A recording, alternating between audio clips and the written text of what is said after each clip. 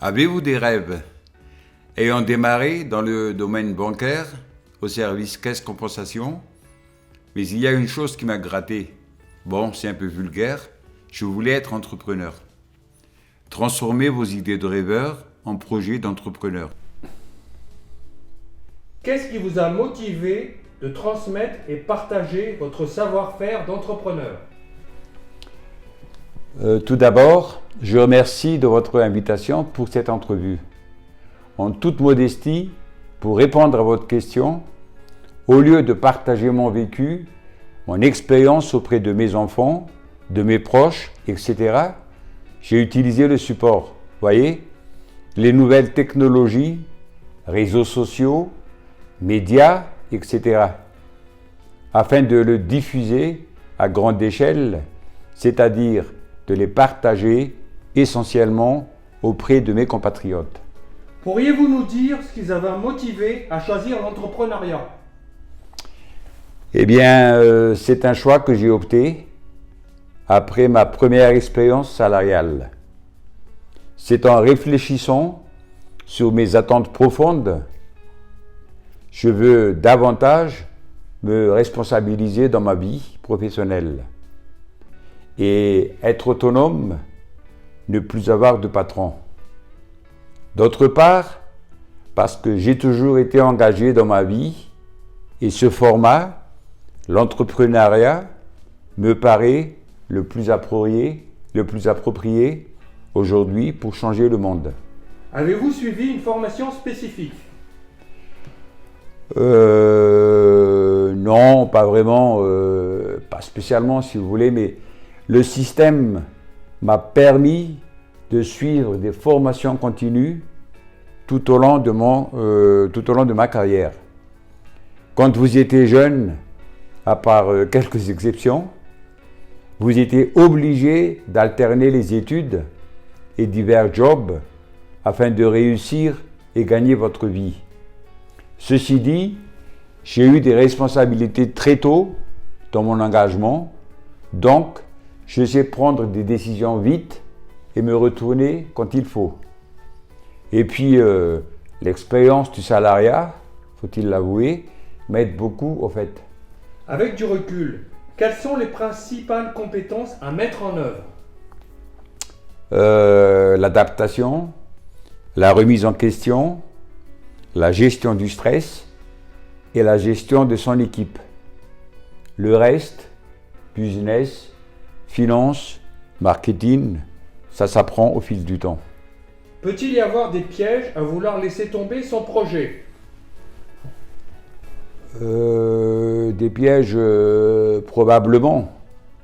Un manque d'informations, de structure et d'expérience à la base. Abandonner avant même d'avoir eu la chance d'exister. Si elle n'est pas challengée, votre idée finira par s'évanouir. S'il n'est pas accompagné et porté, votre projet d'entreprise disparaîtra aussi vite qu'il naîtra.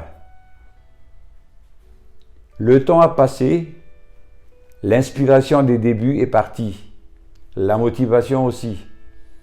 C'est dans notre nature de remettre nos projets à demain et de finir par oublier.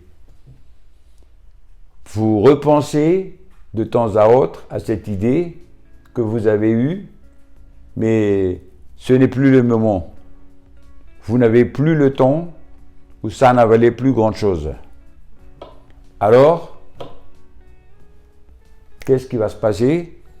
Vous êtes convaincu qu'entreprendre, ce n'était pas fait pour vous. Vos idées ont de la valeur.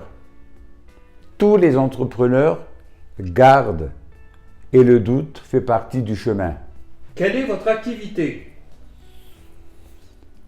Pour avoir plus d'informations détaillées, je vous invite à trouver ci-dessous le lien www.chauffeur-privé-bougival.fr HDR Service. Pourriez-vous nous résumer votre parcours?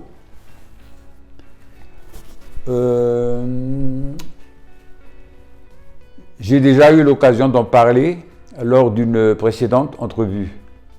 Au fait, j'ai débuté ma carrière au sein d'une banque d'affaires parisienne durant une quinzaine d'années et ensuite directeur d'un centre de profit. Mon expérience en qualité de gestionnaire et de relation clientèle m'a incité à devenir entrepreneur. J'ai entamé ma reconversion dans le domaine de transport en logistique et dans le transport de personnes, c'est-à-dire location de véhicules de tourisme avec chauffeur. Motivation pour recourir à la reconversion professionnelle. La reconversion professionnelle est une démarche en soi et initiative prise par un salarié qui souhaite changer de travail ou simplement booster sa carrière professionnelle. Suite à de longues démarches et intenses réflexions sur ses motivations réelles, elle consiste à une formation spéciale, un bilan de compétences ou un coaching. Pourquoi recourir à la reconversion professionnelle? C'est un sujet d'actualité. Il en résulte que la crise sociale et sanitaire touche toute la couche sociale et active, notamment les jeunes sortis de leurs études, mais aussi les plus âgés. Plusieurs raisons peuvent inciter un salarié à faire une reconversion professionnelle. Parmi les plus courantes, on peut citer les suivantes. L'envie de faire autre chose, de changer de travail, trouver d'autres opportunités. Le désir de booster sa carrière professionnelle. L'absence d'opportunités d'évolution de travail. Un problème d'ambiance, des contrats de travail à court terme. Un salaire peu satisfaisant. Comment réussir sa reconversion professionnelle? Elle permet de changer de métier sans se tromper. Pour la réussir, il est indispensable de commencer par trouver sa voie en se posant les bonnes questions telles que quel travail j'ai envie de faire ou bien qu'est-ce que je ne veux plus faire.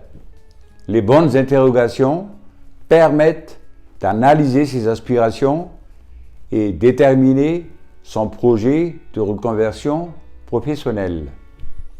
Une fois qu'il, elle est prête à se lancer, le ou la salariée pourra demander un DIF ou bien prendre des congés de formation, des congés sabbatiques pour suivre une formation. Il est impératif d'observer autour de vous car les meilleures idées d'entreprise viennent parfois de l'environnement qui nous entoure et de s'inspirer d'un concept qui marche à l'étranger. Lire des magazines spécialisés et médias faisant référence à des startups, des entrepreneurs ou même directement des idées de business. Tout individu serait-il capable ou apte pour passer de salarié à entrepreneur? Bien évidemment, je vais vous citer quelques raisons. À titre d'expérience, la vie d'entrepreneur n'est pas le monde de bisounours. Être salarié ou patron de votre entreprise, il existe des avantages et des inconvénients dans les deux cas. J'ai retenu un exemple réel et à grande échelle cette veille en écoutant les infos. Il s'agit du fabuleux destin de Mr. George. Élu président du Libéria, George Weah, que vous connaissez bien, c'était un star planétaire du football dans les années 1990. Il avait un objectif principal, c'est soigner les plaies de la guerre civile. Nous allons nous pencher sur les avantages de passer d'un statut de salarié à celui d'entrepreneur. Nous allons bien évidemment écarter tous les inconvénients liés à l'entrepreneuriat. Répondre aux besoins des challenges. Vous êtes une personne qui aimait les nouveaux challenges et que votre vie professionnelle soit remplie d'embûches. Bingo! Devenez entrepreneur et vous serez servi. L'entrepreneuriat est loin d'être un long fleuve tranquille et vos journées sont mouvementées. La créativité. Vous êtes salarié et vous avez l'impression d'être cloisonné dans les tâches que vous avez à exécuter. L'avantage de l'entrepreneuriat est que vous pouvez suivre vos idées et les mettre en application. L'indépendance. Si vous n'aimez pas dépendre des autres personnes pour avancer, devenir entrepreneur vous permet de devenir indépendant dans votre façon de fonctionner et d'avancer. L'argent, eh bien on arrive. Vous aurez besoin de beaucoup d'heures de travail et de persévérance. Mais si votre entreprise fonctionne bien, vos revenus pourraient devenir plus intéressants qu'en étant salarié. En effet, votre salaire n'est pas fixe et vous pouvez obtenir un bon confort de vie. Un sens à la vie. Si vous ne ressentez pas de plaisir à partir au travail en étant salarié, devenir entrepreneur peut vous aider à vous donner une raison de vous lever chaque matin. Entrepreneur est un choix de vie. La fierté. Il est important dans la vie d'être fier de soi. Montrer son projet et réussir selon ses ambitions est très valorisant. Vous devenez également fier d'avoir réussi seul et de ne rien devoir à personne si tel est le cas. Le changement de vie, devenir son propre patron.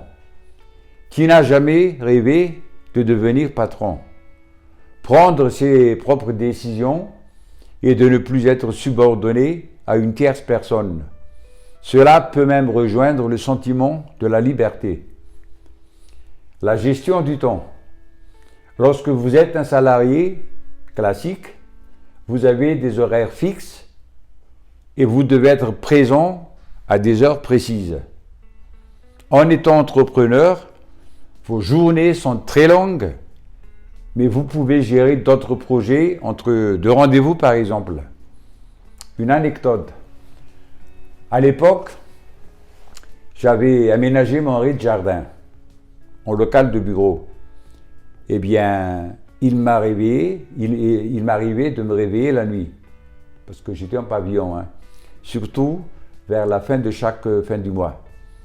En période de facturation, et soit vers 2h, 3h du matin, je descendais, préparais mon petit café, envoyais une musique d'agrément et je m'avançais pour préparer mes outils de marketing et acheminer les diverses paperasseries, bien concentré car je ne suis pas dérangé par personne.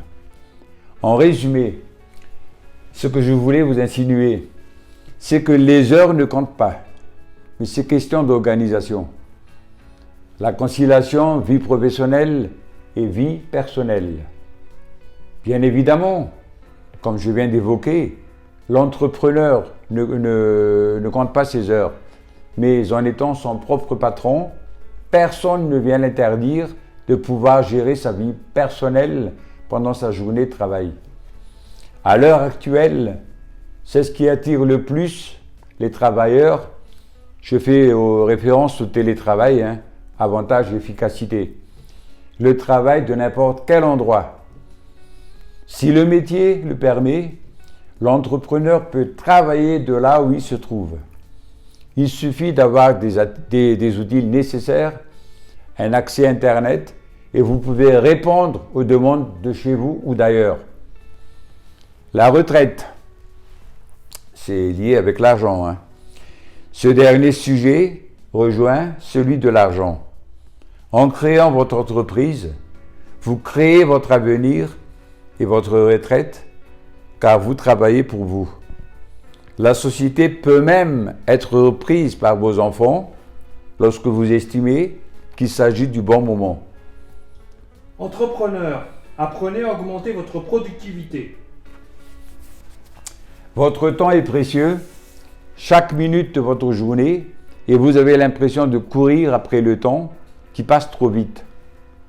Vous n'êtes pas seul dans cette situation, rassurez-vous.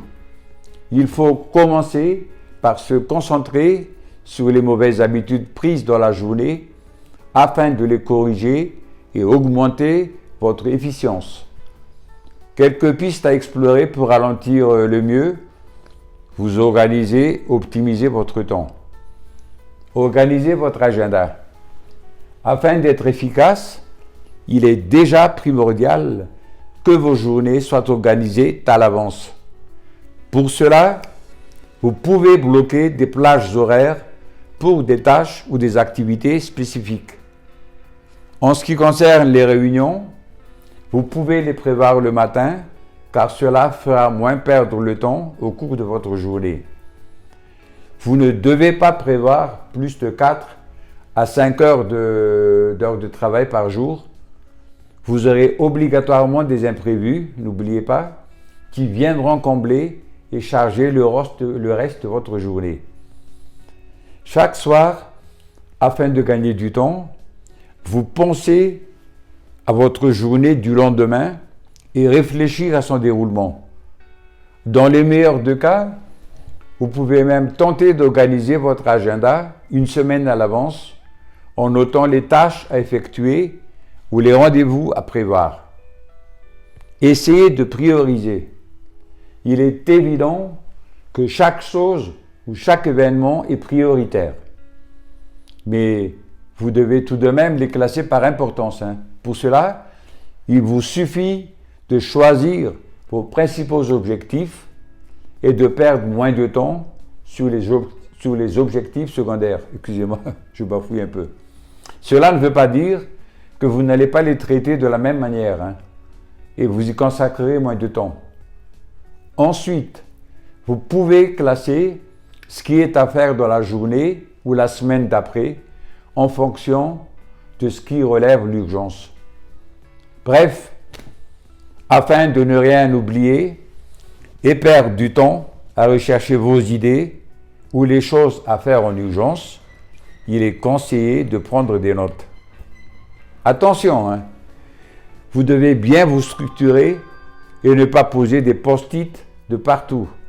Cela n'est pas une bonne méthode pour améliorer votre productivité. Ne vous laissez pas distraire. Une journée est faite de distractions potentielles. Une des plus courantes est la consultation de Facebook ou d'autres réseaux sociaux. Soyez bref et allez consulter vos réseaux sociaux sur vos moments privés, sinon vous allez perdre du temps. Autre point d'art de la productivité, votre smartphone et toutes les applications qui s'y trouvent. Si vous vous reconnaissez dans cette addiction, il est peut-être temps de vous en passer. Afin de vous aider à ne pas être tenté, vous pouvez retirer toutes les notifications. C'est une bonne piste. Toutes ces distractions ne font que retarder ce que vous avez à faire et cela vient s'incrémenter dans votre mémoire. Restez concentré. Vous ne pouvez pas travailler sans discontinuité, je bafouille, une journée complète et conserver votre efficacité. Pour cela, vous devez régulièrement vous vider la tête pour conserver votre concentration. Pour bien travailler, vous devez bien vous connaître. Pour gagner en productivité, vous pouvez déterminer votre heure de concentration maximale et l'exploiter. Comment booster sa prospection commerciale en cette période de crise? En effet, difficile de se réjouir des derniers mois écoulés, pourvu que ça se termine. La découverte des vaccins rend un peu plus optimistes les opérateurs économiques. Si vous faites partie d'une équipe commerciale, la démarche mène la vie dure aux opérations de prospection B2B. Depuis mars 2020, rappelez-vous bien, le quotidien des commerciaux a été radicalement bousculé. À toutes les étapes d'activité se sont fait ressentir. Trouver des nouveaux clients peut devenir anxiogène. Les commerciaux ont du mal à savoir quelles entreprises prospecter. Comment identifier et cibler des prospects solvables, mais aussi comment rattraper le retard cumulé sur les objectifs annuels. Pour booster votre proposition B2B, la première étape est de structurer votre ciblage. Retravailler ces personas. Il est grand temps de remettre à plat les bases de votre stratégie commerciale. Profitez de la rentrée pour définir ou affiner vos personas. N'hésitez pas à rentrer dans le détail. À quoi ressemble votre client idéal? D'autant plus qu'en post-Covid, vous pourrez calculer vos coûts en fonction du canal de prospection. Priorisez la mise à jour des bases de données. Afin d'attaquer la prospection de nouveaux clients, la mise à jour de votre base de données actuelle est une action essentielle. Pensez au Quick-in en cette rentrée de post-Covid. L'ensemble des équipes commerciales doit adopter un état d'esprit Quick-in. L'idée consiste à définir les actions, ciblage et prospection qui seront les plus bénéfiques et rentables à court terme. Ne vous attardez pas sur les plans d'action des années passées. Il faut désormais se réinventer. Quelles solutions pourriez-vous apporter? Eh bien, c'est simple, les solutions existaient déjà et ont été mises en application par les dirigeants successifs. Mais néanmoins, reste toujours un secteur pas très développé. En ce qui me concerne, en étant dans le domaine, et à titre de rappel, il s'agit d'élaborer une réflexion autour de la formation tout au long de la vie dans les économies en développement. Madagascar a souffert d'instabilité politique pendant plusieurs décennies. Les crises répétées ont contrarié le développement, notamment dans les infrastructures et les services publics. Pourtant, l'île possède de nombreux secteurs et à forte valeur ajoutée, comme l'agroalimentaire, le textile, les nouvelles technologies, le tourisme et encore l'artisanat. Nonobstant de la source de financement des entreprises non agricoles, épargne de ménage, emprunts bancaires, microfinance, bénéfices d'autres entreprises, revenus financiers, Madagascar bénéficie de plusieurs types d'aides internationales qui ont pour vocation d'appuyer les initiatives en faveur du développement du pays. Plusieurs organismes à travers le monde offrent des appuis techniques en numéraire sur le terrain par le financement des projets et d'ONG qui œuvrent dans cette dynamique. Au-delà des aides institutionnelles du FMI et de la Banque mondiale, des aides sous forme de subventions, de formation, des dons financiers ou matériels peuvent impulser les initiatives entrepreneuriales. La majorité de ces organismes restent un partenaire privilégié pour Madagascar en matière d'appui au développement. Développer la formation entrepreneuriale en partenariat avec divers organismes tels institutions, associations, fondations, entreprises permettent aux jeunes marginalisés en quête d'un travail, désireux d'apprendre, des femmes et des hommes isolés, soucieux de pérenniser et de développer leur entreprise. Ces formations leur permettent également d'acquérir les compétences propres à un métier et d'accéder à un travail valorisant. L'objet de cette innovation est de relever ensemble les défis d'une humanité qui a soif de justice, de paix et de solidarité. Pour conclure, que diriez-vous? Écoutez, je renouvelle sincèrement mes remerciements pour cette entrevue, ce qui m'a permis de vous tracer mon itinéraire personnel.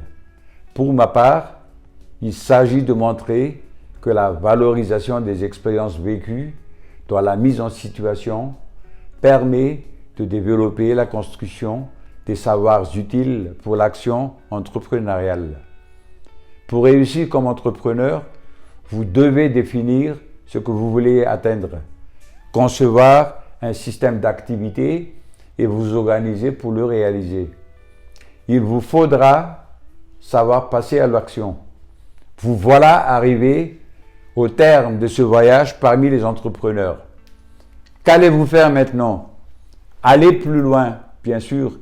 Approfondir, bien sûr, les connaissances que vous avez acquises. À vous de jouer.